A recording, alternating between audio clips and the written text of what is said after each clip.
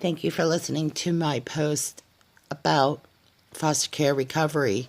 We started Erica's house for a number of reasons, to expose some of the concerns and problems because of what happens in both foster care, post foster care as children age out, the biological family. So there's definitely different branches to adoption and foster care, and there are concerns that I think as we get better acquainted with the topic, this is a personal project, so it starts with paper and pen, and it just seemed appropriate.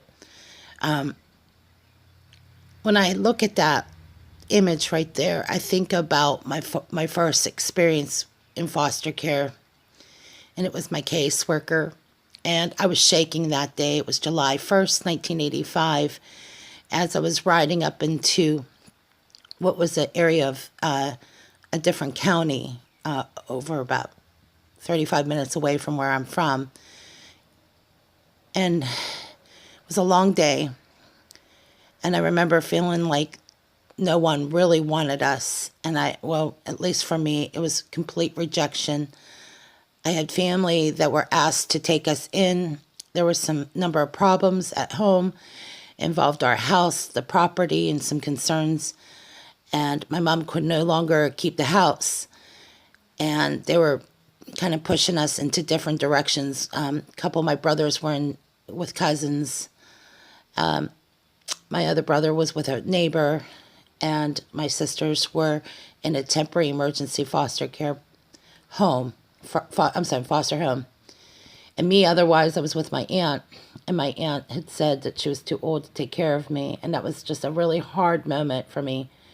It was a realization that whatever connection I had was going to be pretty much cut loose. At that time, I just didn't want to go.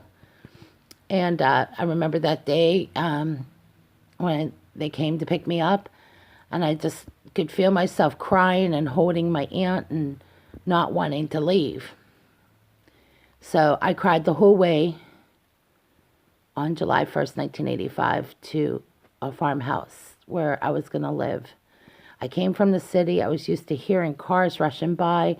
From going from a city home to a county foster home in another county altogether, I just didn't know what else to say. I didn't have really the words. I just cried the whole time.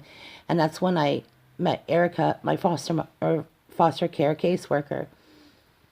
And I found this scripture just earlier as I was posting this, and I know a lot of people are going to have a different reaction to foster care, and I had a mixed experiences, so I can't just label one situation after another, but overall, the pain and rejection that came from foster care, the humiliation, the small little pranks and jokes, the hurtful remarks, those are the things that are hard to shake.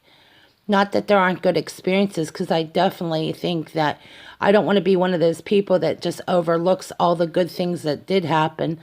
And a lot of that was driven by the people that I worked with closely. But overall, my experience was lonely, and it was tragic. One tragic little situation after another. And, when you're a teenager, the one thing you want is acceptance, especially in your home, and you're going through all these other struggles. So not only was I removed from my home, but I was a teenager, and I was trying to sort out all these other things at the same time. And I didn't exactly have really a good experience in the beginning anyway. So I immediately attached to Erica, and her and I got very close very quick. And I was one of her first kids on her caseload, as she was just really kind of working with newer kids on her caseload at that point. And she just graduated. I think she had just graduated college, and she was just early into her career. And so my first foster home experience was really odd in the beginning. The first day, I can remember not really sleeping well because I didn't hear the cars rushing by, number one. And, those ambient sounds were all drowned out with these crickets, and it got scary because I was obviously in a room. It was very generic, plain. It didn't even feel like a home. I didn't feel at home there. I remember just, this stale environment, just not very personal, not very close. I didn't feel any connection to anyone. And so those first couple of nights were scary. And I slept in the bed, and I luckily had a window. And I remember going over to the window, and I could smell a certain smell. It was just a smell it smelled like fresh paint all the time in there as they were building an addition onto the house. And I just felt awkward. And I would remember going down we lived in a farmhouse, so I came down the steps, and we had this wide open kitchen, and, it's very old, but they were updating a lot of it anyway. And I saw the room where my sisters were going to be sleeping, and I was just pacing the floor waiting for them to come. At least I would feel like a part of me was with me. And the only reason I think I survived is because I knew if my sisters were there, I would be okay. And the thing is I really wasn't okay with the circumstance. I just had to learn to live with it. Well, anyway, we go down to this big country style table, which I still love, country style tables, but we had this long, big kitchen with this long, big table.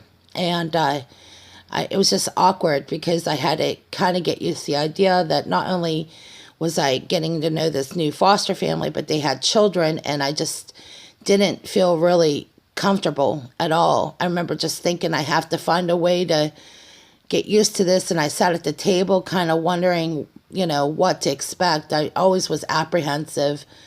I sat at the table, and the looking and not very personable conversations. I think, from time to time, though, my foster dad, he was always trying to reach out and be sensitive to the situation, and he seemed to want to get to know me. And my foster mother, she just kind of guarded, not really sure what to expect from her. But immediately that day, a day or two after I came to the home, I was introduced to riding horses, and I was put into a program called, for the people who know anything about therapy horses, I had to learn how to get to know horses. And I remember that day not wearing the right clothes, and because we didn't have the right clothes to begin with, but therapy horses was the new thing. And I always liked horses, but I never rode, and I never had the riding skills to even consider it. But we learned how to groom the horses, and she was a horse trainer. And it got to the point where I started to ask questions, and I got comfortable asking her. And that's how her and I connected. My foster mother, she was a horse trainer. And at that point, I wanted to know how to, ride again. And I asked her all the important things, and she got really interested in sharing it with me about the saddle and the bridle, and why we had to put it in the horse's mouth, and why we had to take care of the hoofs, and just general things that, she was kind of walking me through. In fact, I'm going to show you pictures of the farm and the barn we rode horses on. And after all these years, I'm going back into learning how to ride again. I don't know quite if I'm ready to do it, but I'm going to try. And it took me a long time to get to this point, because there were some things that had happened that had me stop riding. And, I'm not going to go into all the great detail about that yet, because I'm not sure I'm ready to do that. But I just have to share that, there was a lot of adjustment for me, and it was really hard to adjust. But I tried to get acquainted to the neighborhood. In fact, I remember they gave me a bike, and I was so excited, because that was really all I had, was a bike and maybe a couple clothes. And luckily, having met and gone to several meetings with foster care, I was allowed to get new clothes, and I was starting to adjust a little bit better and have an haircut there. We got really close really quickly, and we laughed, and my walls started to come down as I started to get to know her. And the more it seemed like I tried to get to know some people, the better I felt. I was starting to become more comfortable with the idea of being there. But it was such a difficult adjustment period, and I never really adjusted to the changes. I can honestly say it was really hard, even now that I've been aged out and much older now, aging out of foster care. I've always had this adjustment or I was an unsettling feeling in me. I never really quite adjusted to life after that. It was just not really the same. I've always felt as if I had to be something I wasn't. I didn't really know how to live. I knew how I had to put on the best face I could possibly. I don't know. I don't know how to actually word that, but I just tried to put on the best face I could. But there was just so many adjustment issues, and I never really adjusted back. I mean, I tried to get comfortable with certain individuals, even having after leaving that first foster home into the second. There was just constant adjustment issues, a lot of anxiety, just insecurities that I normally was not comfortable with. Like, I just didn't understand what I was experiencing for the most part. But as I share this, I want to show you the barn here in a moment. But to me, it's so important to connect, and connection means something when you adjust to the changes. So I'm going to go in and I'm going to show you the images of the barn. We were just there last week, and I look forward to sharing more about therapy horses here in a moment. Okay, so this is part 2. We're talking about therapy horses in post-foster care and what we're trying to accomplish at Erica's house. And it starts with the horses. To me, one of the things that I was asked is, why didn't we open up sooner? I don't know that I was comfortable and I was ready to discuss it, and I didn't really understand the emotional connection to, I don't know, just the horses was my connection. So here's the new stables at the therapy grounds, which we do. Still, I think I absolutely recommend it. One of the other options is going to an animal shelter. I've taken my nieces there.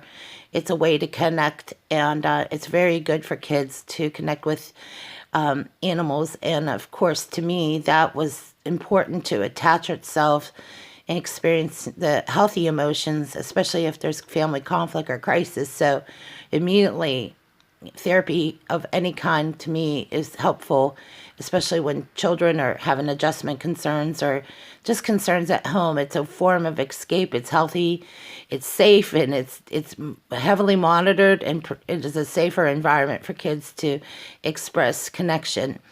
And the reason we do the therapy horses or we go to the animal shelter is for that reason, that there's a sense of connection.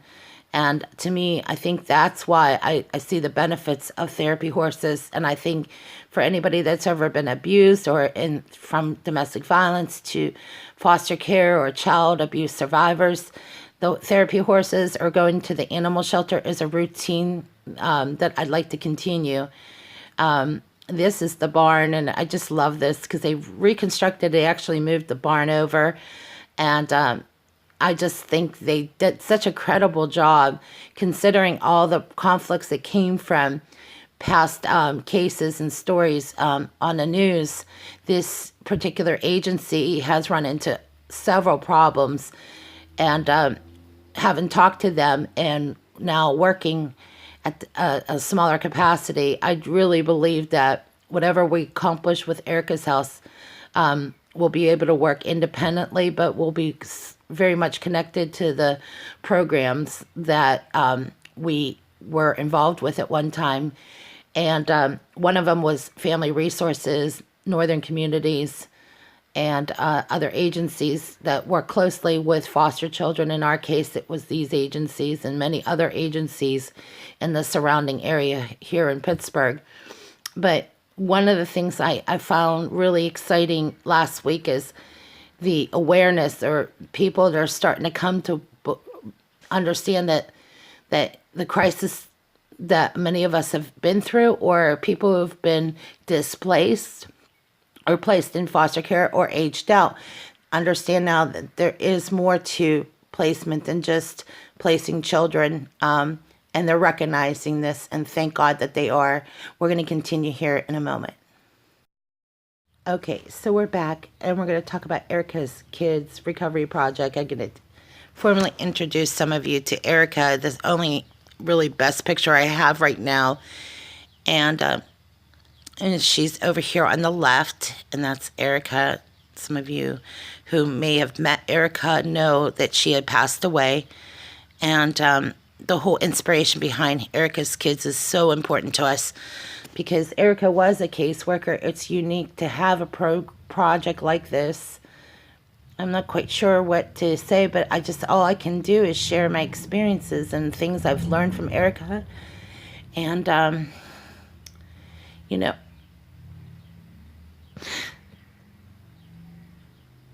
I never...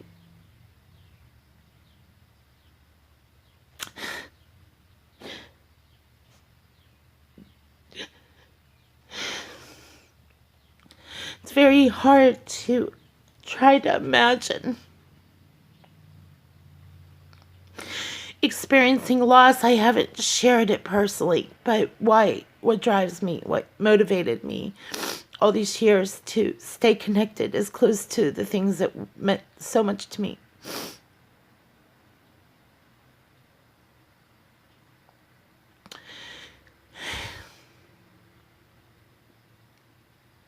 It took me a long time to share this to anyone.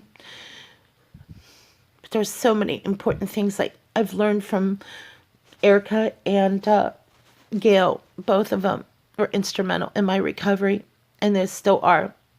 Even though Erica's not with us, it's that much important that we continue with this project. So I'm not concerned whether the donations will ever come in. That's not my concern. My concern is if people give, they're going to give because they know how important this is to so many people whose lives have been changed because of Erica's bravery and how courageous she was for us. She walked in a room and my whole world lit up. And she made that kind of difference to so many of us. And she's impacted my life so much, even today. That's why we do what we do. And because she would want us to impact lives in return. So when we articulate and discuss things, it's not just, sitting here, trashing a program, because there's a lot of programs that have done a lot of good. There's a lot of programs that are there to encourage and build up youth and help them. And there's a lot of times there's always some people that just really aren't in it to help the kids. I do believe there are a few foster parents that came from the foster care agencies that still want to pursue this, and I hope that they do, because it's very encouraging to have talked to my foster mother, who her strongest desire was just to help raise kids. And I believe Gail and people like Erica have done a world of good. There, of course, a lot of things have gone wrong. I know that personally, and we're working these things out over our lifetime. But I think as I've become more familiar with the concerns of fostering youth and care, it's what happens afterwards, and we're going to discuss that in part 2. But if you want to help and support us, contact us. We'll have information below, or you could email us, and that information will be in the description box below. We'll be back for part 2.